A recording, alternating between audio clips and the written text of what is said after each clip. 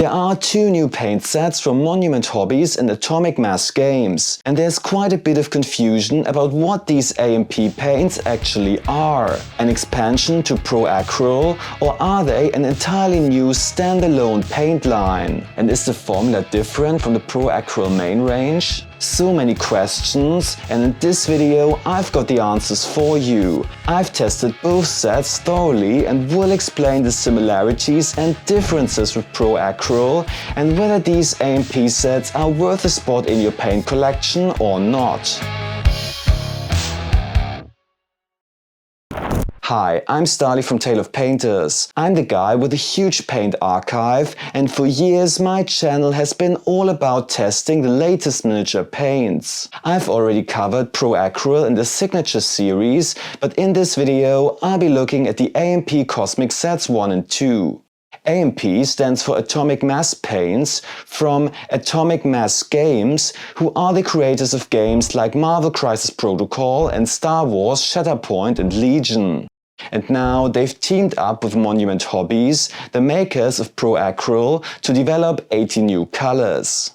You'll notice the AMP paints come in the same 22ml screw cap bottles as Pro Acryl, and the marketing claims the world-renowned Pro Acryl formula with the same premium high-density pigment in a superior acrylic medium. Sounds straightforward enough, right? Well, not quite. I've seen people online say the AMP paints would be thicker and richer than Pro Acryl. And despite reading all the marketing material, I'm still not sure whether AMP is a standalone range specifically tailored to Atomic Mass Games or just a Pro Acryl expansion in disguise. Monument Hobbies have done collaborations before, like with the Signature series and the Adepticon and Nova colors, but always under the Pro Acryl banner. AMP, on the other hand, has its own branding and logo, so maybe you're as confused as me. Well, if you want to get to the bottom of this, keep watching. I've put both AMP sets through their paces and will be answering the three key questions in this video. First, are the AMP paint sets a separate, self-contained paint line or simply an extension of the Pro Acryl palette? Second,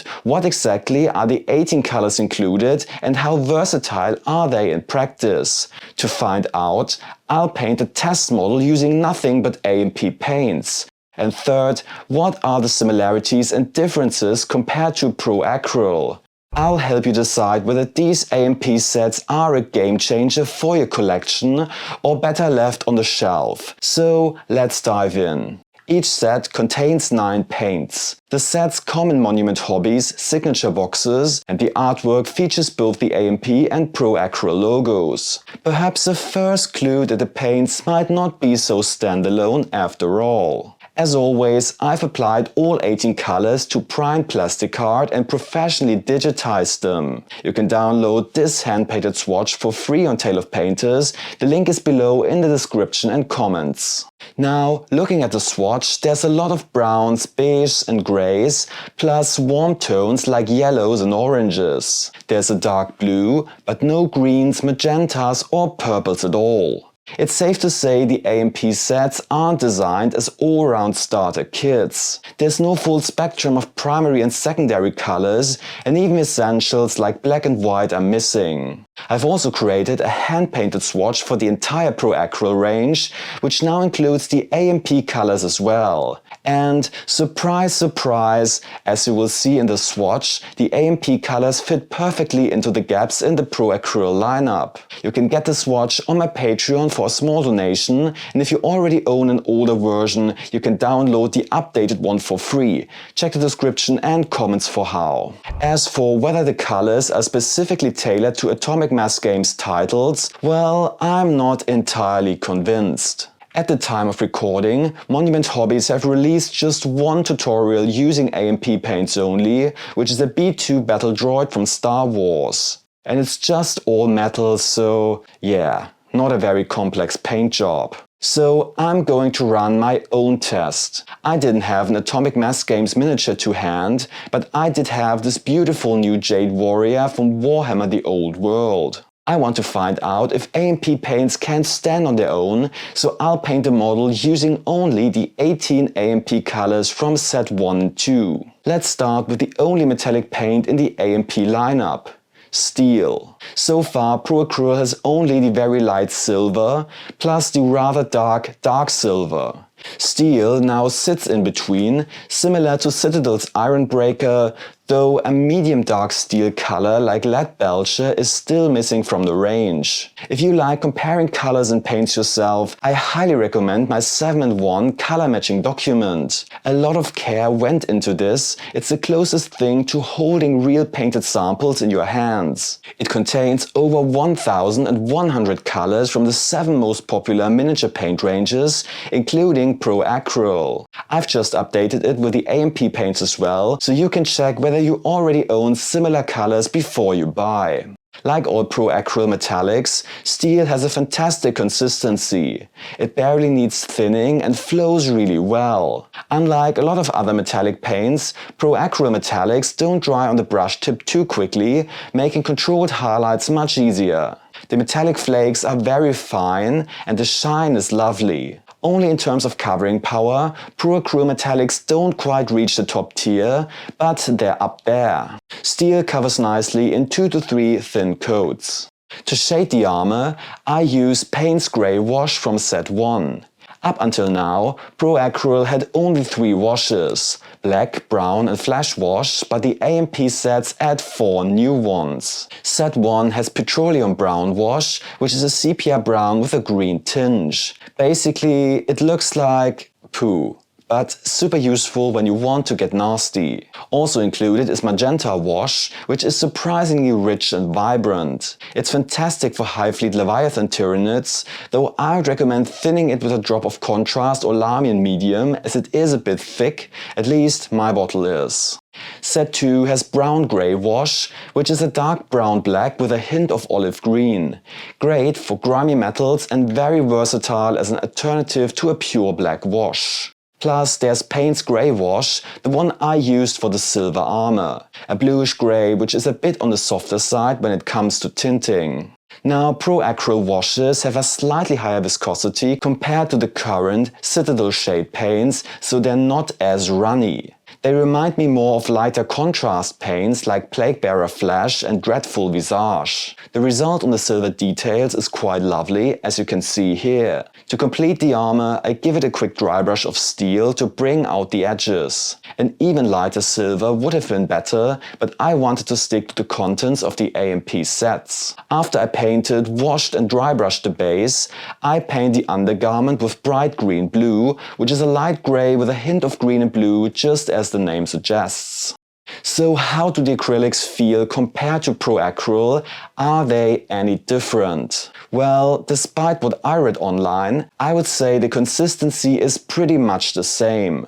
Both AMP and Pro Acryl require little to no thinning for base coating, especially when using a wet palette. I found that several of the grey colors in the Pro Acryl range tend to be a bit thicker, but that's not the case with AMP.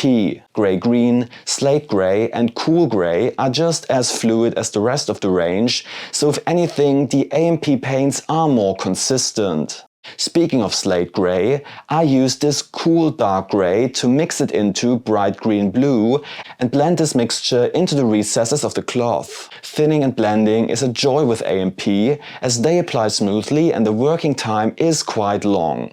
Next, I paint the armor trims with black red, which unfortunately has a slightly weaker covering power than I expected for such a dark red.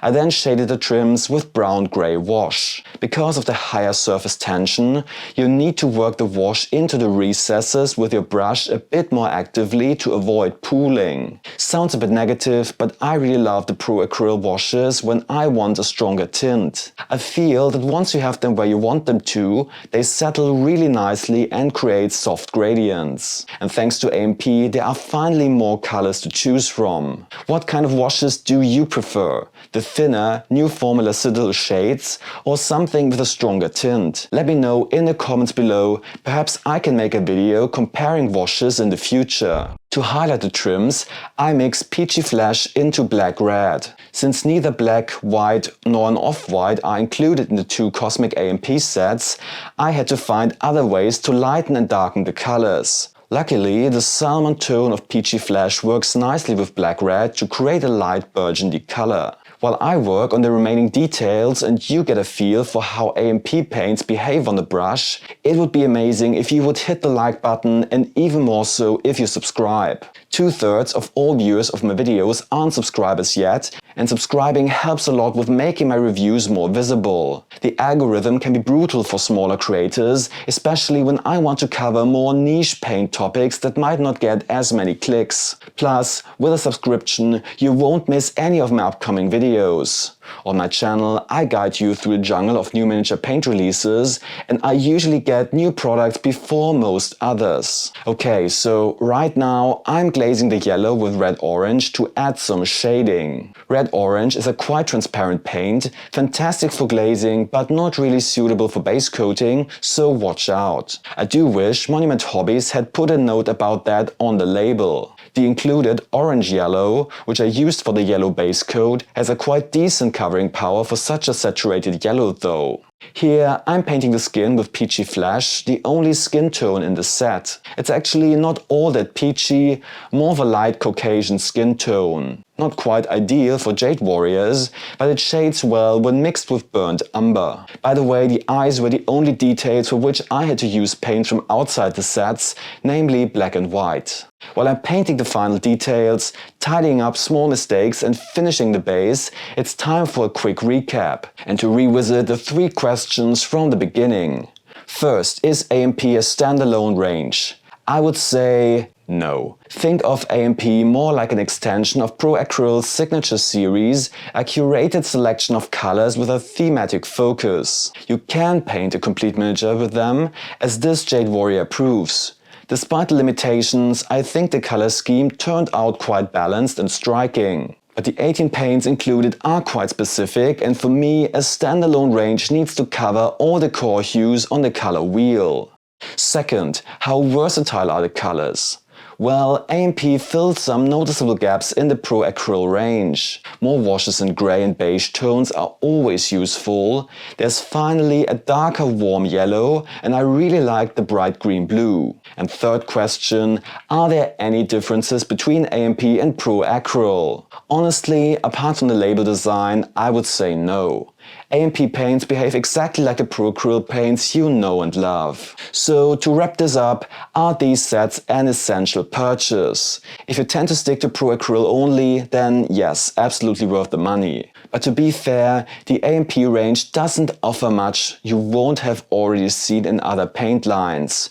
So if you already built up a larger paint collection, I would recommend using my 7-in-1 color matching document to check for duplicates and perhaps just pick up a few individual colors and the washes. The washes are a must-have in my book, so please Monument Hobbies, do more of them. If you want to find out about more must-haves, then definitely watch the video here on the right, where I've put together my top 10 Pro Acryl paints.